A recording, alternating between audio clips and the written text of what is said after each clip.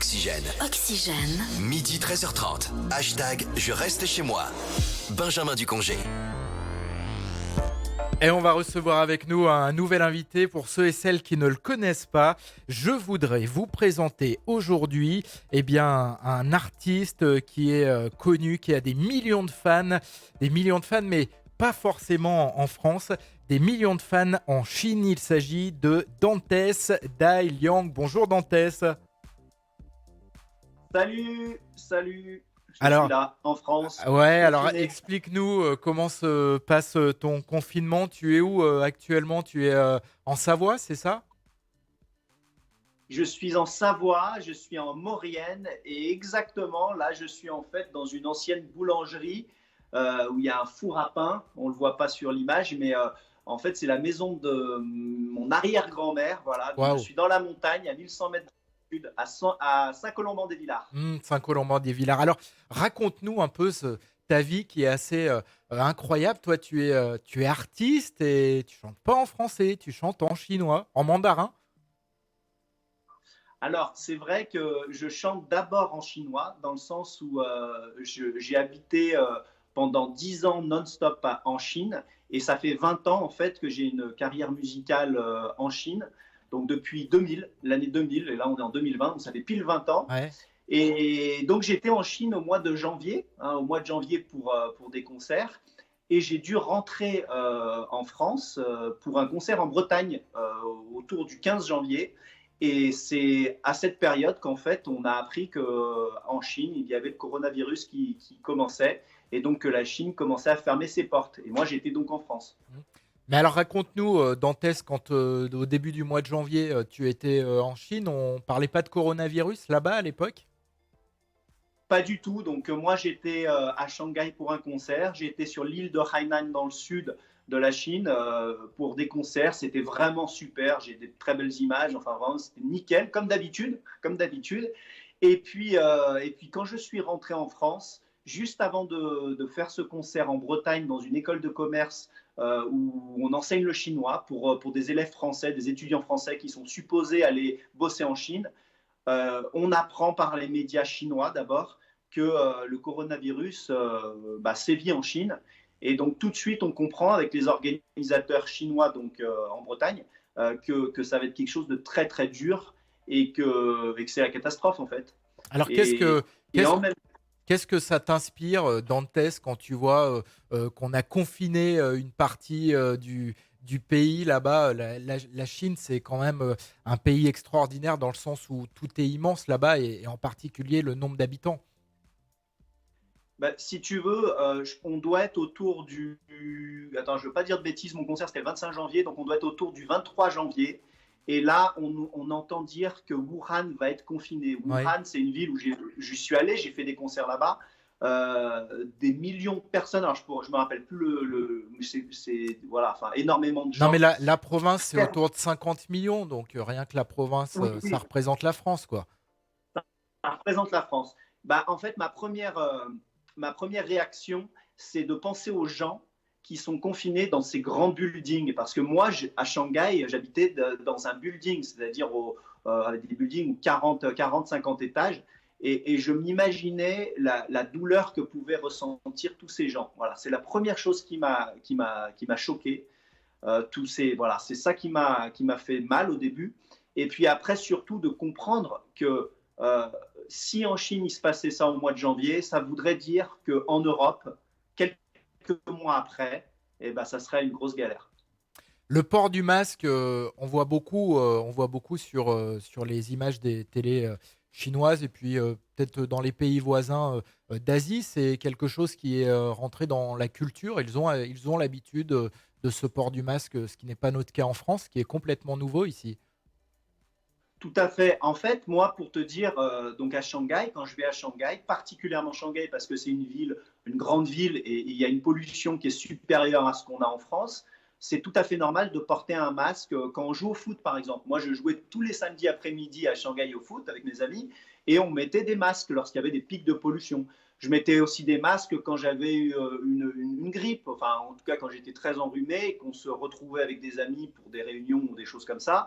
on mettait un masque parce que c'est dans la culture, ça se fait.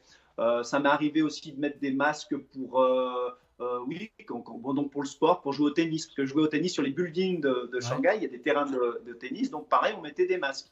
On voit régulièrement des gens qui mettent des masques là-bas. Et quand je suis rentré donc en France, janvier, donc après mon concert en Bretagne, on devait être autour du 27 janvier, je reviens donc à la chambre en Maurienne toujours, et je vais tout de suite à la pharmacie parce que mes amis chinois me demandaient d'envoyer des masques. Et effectivement, moi, je suis à la pharmacie et j'ai dit, bah, est-ce que c'est possible d'avoir une boîte de masques, voilà, pour envoyer. Et là, le pharmacien me dit, mais on n'a pas de masque en réserve. Nous, on n'a pas ça. En plus, ceux qu'on a, ce sont des masques qui sont périmés. Voilà. Donc voilà la situation fin Mhm. janvier quand je rentre de Chine et qui était un peu bizarre. Et voilà. Tu peux nous parler de l'ambiance autour de l'économie en Chine? On le voit en France, cet état de confinement va créer vraiment des difficultés d'un point de vue économique. Est-ce que les Chinois ont la même difficulté ou finalement le fait d'être un pays devenu extraordinaire en matière de production et d'industrie, ça les met à l'abri d'une crise économique? Alors, ce qui est sûr, c'est que dès le début du confinement, en fait, en Chine, c'est pas comme, pour le coup, c'est pas comme la Maurienne ou c'est pas comme, voilà, je crois que vous vous retrouvez à Nice. C'est des grands buildings, des grands compounds, comme on appelle, où il y a des milliers de gens qui habitent. Et en fait, il n'y a jamais eu de pénurie alimentaire, c'est-à-dire qu'il y avait toujours le gouvernement qui s'occupait de livrer en nourriture, en médicaments, les gens dans leurs compounds, quoi. Donc ça, s'il y avait une organisation, il y a une organisation incroyable. Donc à ce niveau-là, ils ont l'habitude de faire des choses comme ça, très organisées, très grandes. Donc mes amis chinois avec qui j'étais en contact tous les jours hein, depuis janvier, puisque moi je travaille avec eux, il n'y avait pas de souci à ce niveau-là, donc c'est déjà bien, c'est déjà pas mal. Ouais. Et par la suite, après, au niveau professionnel, donc la musique, alors là, tout a été annulé, forcément. Donc il y a eu 20 000 événements annulés dès le fin janvier. Donc, bon, énorme. Par contre, les événements gouvernementaux, ils étaient toujours rémunérés. Par exemple, j'avais une amie qui avait un concert bah, fin janvier, justement, fin janvier. Donc, mon duo avec qui je chante en Chine. Elle n'a pas fait le concert, mais elle a été payée. Ouais. C'est-à-dire que le gouvernement a voulu payer pour que les gens ne se rebellent pas, quoi, parce qu'on imagine, on imagine si personne n'est payé, c'est compliqué. Mm. Donc il y a eu ça. Et puis après, il y a eu un rebond. C'est-à-dire que moi, on m'a conseillé de lancer un projet participatif de mon nouveau disque. Donc j'ai un nouveau disque qui sort qui s'appelle Douce Chine. Alors, c'est pas que pour faire de la com, hein, ce que je dis, mais en fait, mes amis chinois avec qui je bosse m'ont conseillé de lancer le projet participatif parce qu'il y a une sorte de solidarité qui s'est mise en place où tout le monde avait envie de faire circuler l'argent, en fait. Ouais. Et pas de garder l'argent, de le bloquer, parce que premièrement, bah, ça allait mettre un frein à l'économie, et deuxièmement, ça allait augmenter les peurs. Dantès, Et donc, parle-nous de ta carrière là-bas. Tu passes sur la télé nationale, donc ce sont des dizaines, centaines de millions de personnes qui te voient. Tu participes à des concerts dans des stades entiers, c'est ça? C'est toujours comme ça? Parce que quand on s'était rencontrés, tu m'avais expliqué ça justement. Oui. Bah, par exemple, le dernier concert que j'ai fait en Chine, donc à Hainan, c'était autour du 18, enfin, je sais plus, du 15 janvier, quelque chose comme ça. Oui, il y avait, là, alors, c'était pas un stade, mais c'était 3000 personnes dans un grand ballroom qu'on appelle, enfin, une grande salle. J'ai fait aussi, bah, à l'heure où je te parle, là, en ce moment, il y a une chanson à laquelle j'ai participé. Je crois qu'il y a Joyce Jonathan qui a participé aussi.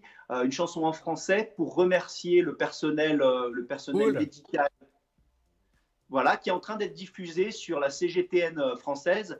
Alors, ils ont 20 millions d'abonnés, par exemple, sur Facebook, et ils sont diffusés dans le monde entier. On est à 400 millions de téléspectateurs, par exemple. Bon, pour ceux qui connaissent pas la musique chinoise, tu fais quoi? Donc de la pop chinoise, tu as la guitare, je vois les guitares derrière, tu en as pris une à côté de toi. Tu peux C'est ça. nous faire un petit refrain qu'on se rende compte? Alors, ce que je peux faire, si tu veux, moi, je fais, oui, French Mandopop. Attends, La Mandopop à la française. répète parce qu'on a eu une petite coupure là avec Skype. Tu fais de la quoi? De la Mandopop à la française. D'accord. De la French Mandopop. C'est-à-dire que je chante en chinois, mais mes mélodies, le style, on va dire, est plutôt français. Bon. Ah. Donc, ce que je peux faire, voilà, ma guitare est là. Ouais. Je vais vous faire la chanson. Je vais vous faire une chanson qui s'appelle. En fait, c'est J'aime la Maurienne, puisque comme je suis confiné en Maurienne, hein, j'ai fait un titre ici qui est un petit peu connu en Maurienne, qui s'appelle J'aime la Maurienne, et j'ai la version chinoise que j'ai chantée plusieurs fois à Pékin, justement par rapport aux Jeux Olympiques là qui vont bientôt arriver. Donc, je vais vous faire un petit couplet, petit refrain en chinois. Alors, ou en français. attends une petite seconde, justement. La chanson, elle existe dans les deux langues, hein, c'est ça? Tu peux nous faire un peu des deux, histoire de compliquer la chose, ou c'est très complexe? Allez, go! Allez, je vais faire le couplet en chinois et puis le refrain en français, ok? Ça marche. 莫莉安娜让我找到自己，海洋大自然都是我的密友，拍拍吸引人的山谷，越高越远，我们一起到处飞。J'aime la Maurienne, j'aime la Maurienne, j'aime la Maurienne, oh, oh. J'aime la Maurienne, j'aime la Maurienne, j'aime la Maurienne. Génial, merci Voilà. beaucoup Dantès. Rappelle-nous comment on peut te découvrir, les réseaux sociaux, tout ça. Eh ben, il suffit de taper sur Google le français qui chante en chinois et en général, vous avez à peu près tout, des vidéos, le son aussi sur Spotify. Et puis, bah, en ce moment, je sors un album justement pour garder la pêche. Et il y a déjà pas mal de gens qui m'ont soutenu, autant en France qu'en Chine. Donc, ça fait très plaisir. Cool, merci beaucoup Dantès d'avoir participé, d'avoir été avec nous. Ça nous a fait plaisir de te parler. Tu comptes retourner en Chine? Évidemment, la réponse est oui, mais est-ce que tu sais quand? Oui, alors j'ai mon entreprise en Chine, à Shanghai, donc bien entendu que je compte y retourner. Par contre, j'ai pas de date malheureusement parce que pour l'instant, on ne peut pas rentrer en Chine, même avec un visa de travail. Il faut être diplomate ou être scientifique, voilà. Donc pour l'instant, eh ben, on reste en Maurienne, on reste en France et je participe à plein de choses positives en France. Et puis bah, j'espère que ça va s'arranger rapidement. Merci encore Dantès, salut. Salut de Maurienne.